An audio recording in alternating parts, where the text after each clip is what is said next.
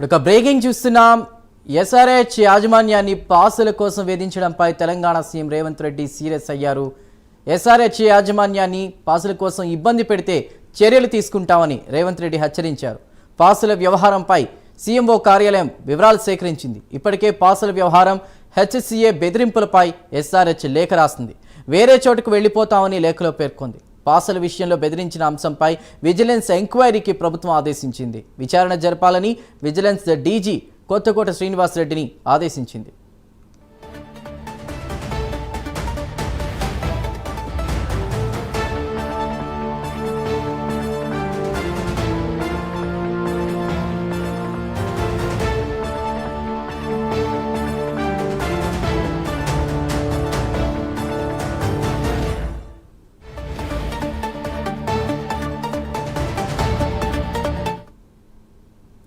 SRH యాజమాన్యాన్ని పాసుల కోసం వేధించడంపై Telangana CM Revanth Reddy serious అయినట్టు తెలుస్తోంది. పూర్తి వివరాల్ని మా ప్రతినిధి చందు అందిస్తారు. చందు హెచ్సిఏ వివాదంపై సీఎం రేవంత్ రెడ్డి సీరియస్ అయ్యారు. ముఖ్యంగా ఎస్ఆర్హెచ్ యాజమాన్యాన్ని వేధింపులకు చేసి పాసులు అడిగిన విషయంపై వివరాలు కూడా సేకరించారు. విజిలెన్స్ విచారణకు కూడా ఆదేశించాలని తెలుస్తోంది. విచారణ జరపాలని ఇప్పటికే విజిలెన్స్ డీజీ కొత్తకోట శ్రీనివాస్ రెడ్డికి ఆదేశాలు కూడా సీఎం ఇచ్చినట్టు మరి కాసేపట్లో ఉత్తర్వులు కూడా జారీ అవుతాయి.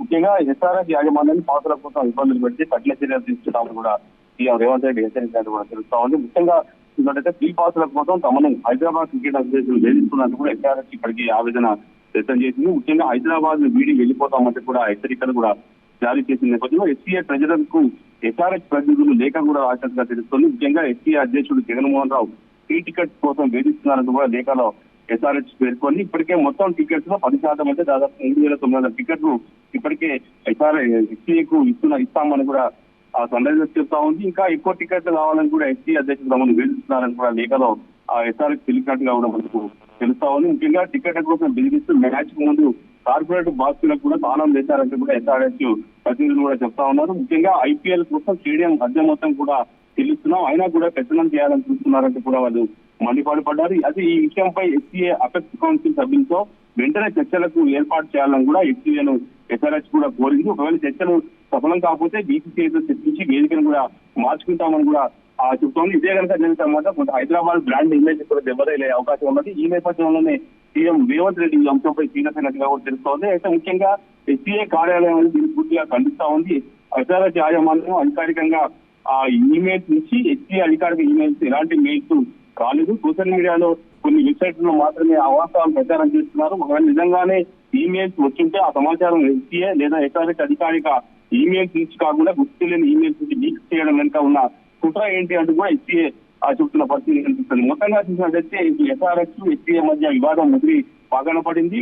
ఈ నేపథ్యంలో తదుపరి ఏప్రిల్ 6వ తారీఖు నాడు హైదరాబాద్ స్టేడియంలో సన్ రైజర్స్ మ్యాచ్ కూడా ఉంది. ఈ నేపథ్యంలో వివాదం జరుగుతున్న క్రమంలో ఆ మ్యాచ్ పై నీడ కమ్ముకున్నట్టుగా కూడా మనకు తెలుస్తా ఉంది. అయితే ఈ నేపథ్యంలోనే హైదరాబాద్ బ్రాండింగ్ కు ఎలాంటి ఇబ్బంది కలగకుండా ఎస్ఆర్హెచ్ యాజమాన్యానికి మద్దతుగా తెలంగాణ ప్రభుత్వం వ్యవహరిస్తున్నట్టుగా మనకు తెలుస్తా ఉంది. ఎందుకంటే ఇప్పటికే ఎస్సీఏపై గత కొంతకాలంగా ఆరోపణలు అయితే వినిపిస్తున్న క్రమంలో ఖచ్చితంగా ఈ అంశంపై సీరియస్ గానే ఉండాలని కూడా ప్రభుత్వం నిర్ణయించిన క్రమంలోనే సీఎం రేవంత్ రెడ్డి దీనిపై సమీక్ష నిర్వహించి చాలా సీరియస్ గా ఉన్నట్టుగా తెలుస్తా ఉంది. చందు. రైట్ చందు.